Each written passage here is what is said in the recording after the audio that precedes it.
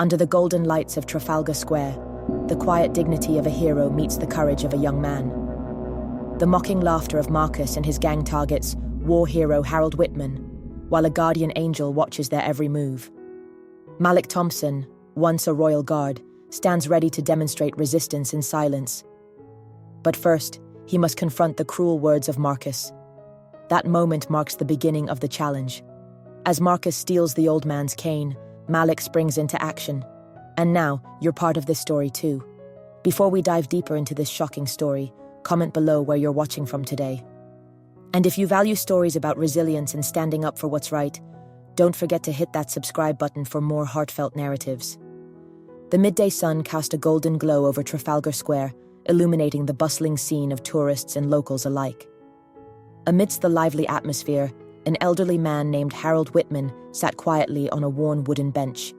His posture was upright, and the glint of military medals on his aged blazer told silent stories of valor. Harold, a war hero, wore a quiet dignity that spoke louder than any words could. He slowly unwrapped a modest sandwich from a cloth, his hands trembling slightly with age.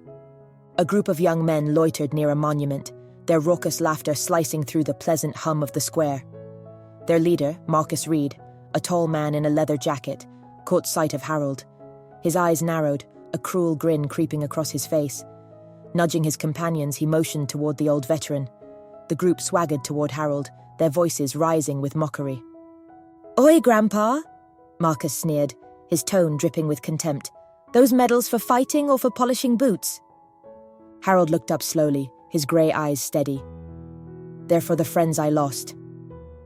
Instead of deterring them, Harold's calm response only fueled their arrogance. Marcus chuckled darkly, towering over the elderly man. "Bet the country you fought for doesn't give a damn about you now."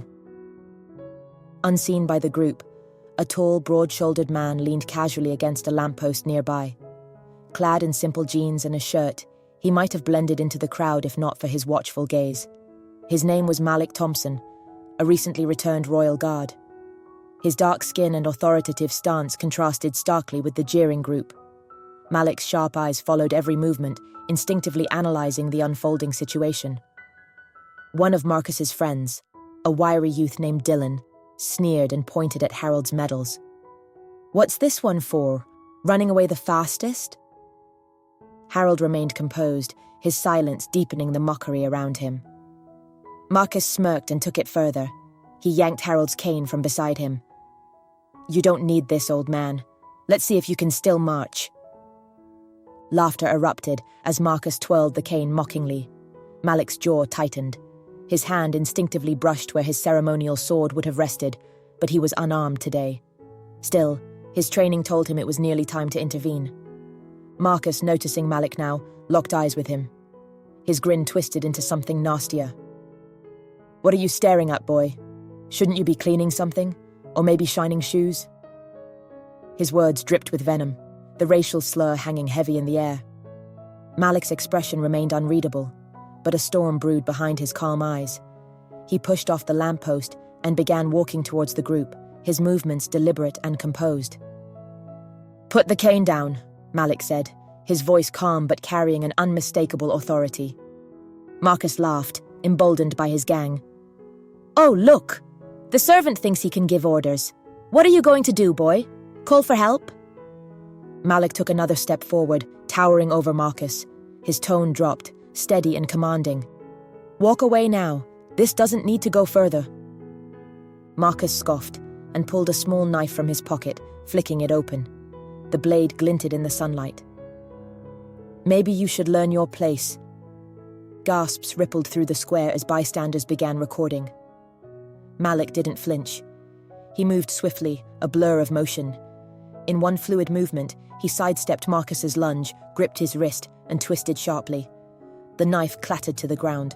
Marcus cried out in pain as Malik forced him backward, his hold precise and controlled. The square erupted in a mix of cheers and shocked murmurs.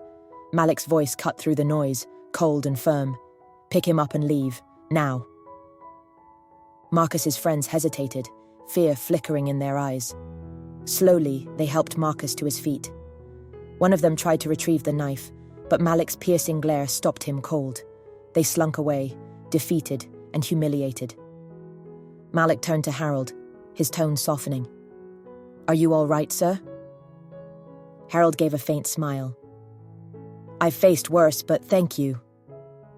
Applause rippled through the square.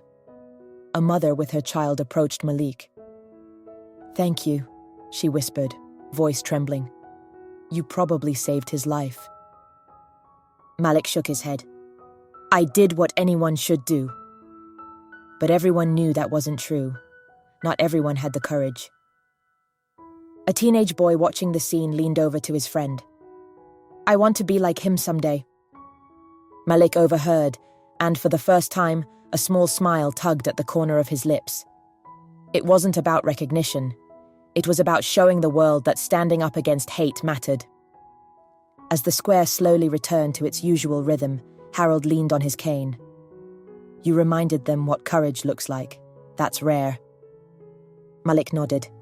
"Sometimes that's all it takes." To those watching this, remember, courage isn't about strength or recognition. It's about doing what's right, even when no one else will. If this story inspired you, subscribe for more stories that remind us of the power of kindness and standing up against injustice.